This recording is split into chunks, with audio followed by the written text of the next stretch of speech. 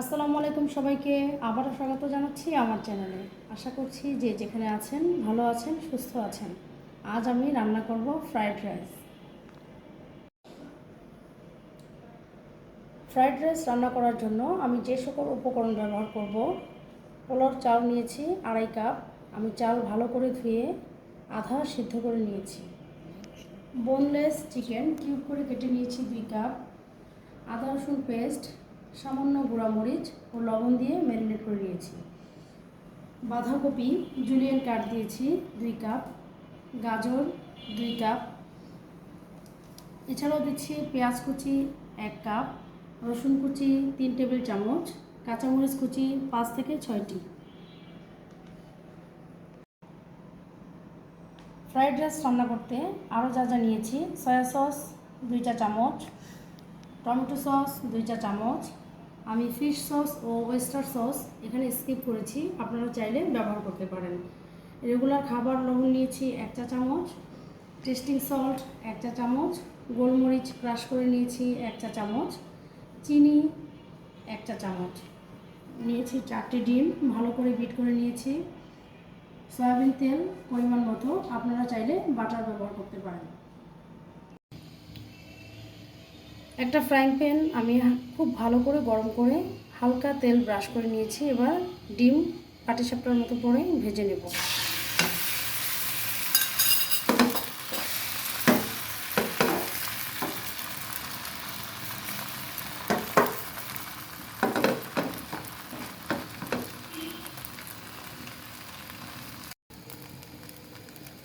ডিম একটু কাঁচা থাকা অবস্থায় আমি ফোল্ড করে নেব।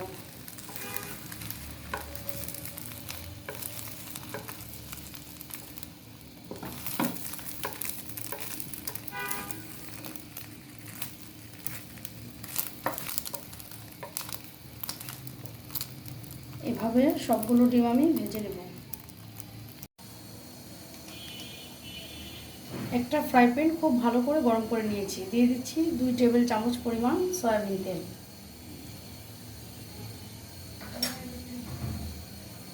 তেল গরম হয়ে এলে দিয়ে দেব ম্যারিনেট করা মাংস।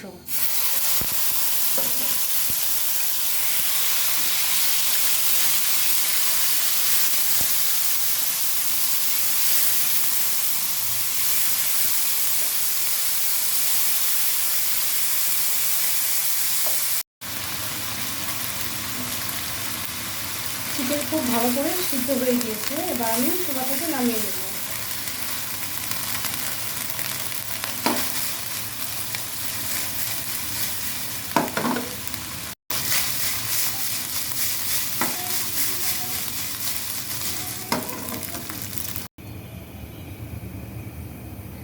প্রথমে আমি ফ্রাইড রাইস রান্না করার জন্য কড়াইতে দিয়ে দিচ্ছি তেল।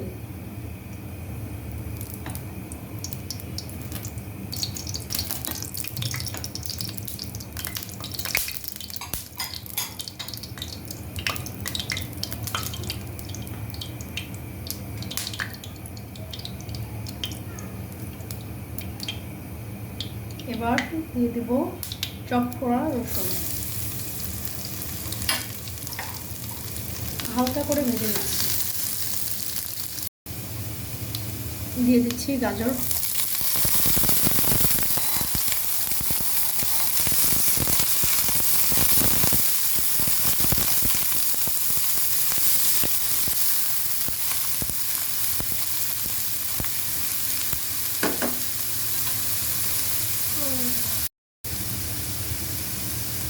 দিয়ে দিচ্ছি বাঁধাকপি।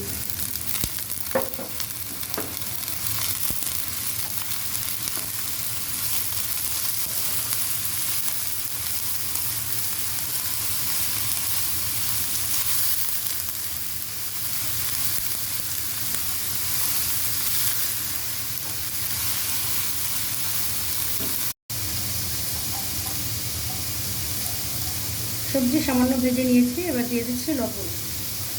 লবণ আমি পরিমাণ একটু কম দিচ্ছি, কারণ এখানে আমি এখন সস দেব, সসে পর্যাপ্ত লবণ রয়েছে। দিয়ে দিচ্ছি টমেটো সস,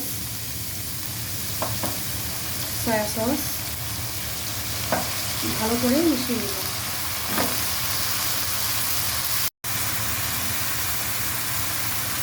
এবার দিয়ে দিচ্ছি কুচি করে রাখা পেঁয়াজ।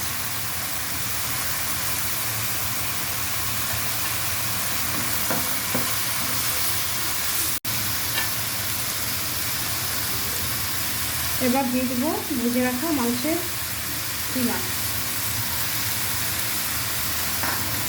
ভালো করে মিক্স করে নেব। এখন দিয়ে দিব আগে থেকে সিদ্ধ করে রাখা চাল।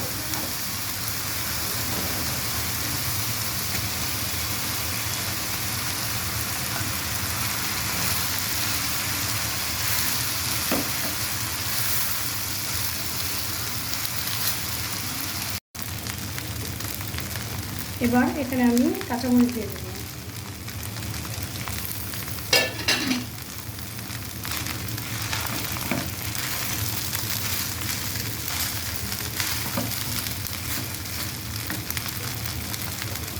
দিয়ে দিচ্ছি গোলমরিচের গুঁড়া, চিনি, টেস্টিং সল্ট। ভালো করে মিশিয়ে নেব। এবার এখানে আমি আগে থেকে ভেজে রাখা ডিম দিয়ে দিচ্ছি।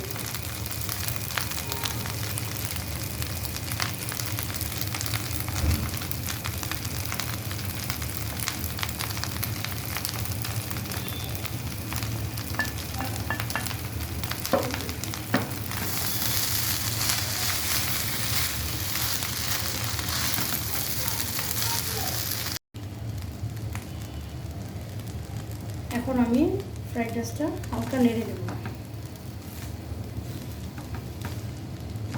অনেকটা ঝরঝরে হয়ে গিয়েছে, চুলা থেকে নামিয়ে নেব।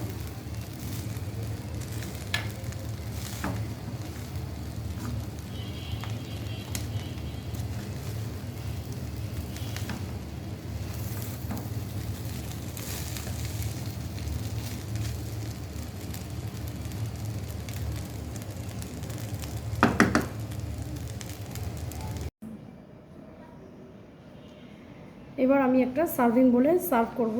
আশা করছি আপনাদের কাছে রেসিপিটি ভালো লেগেছে।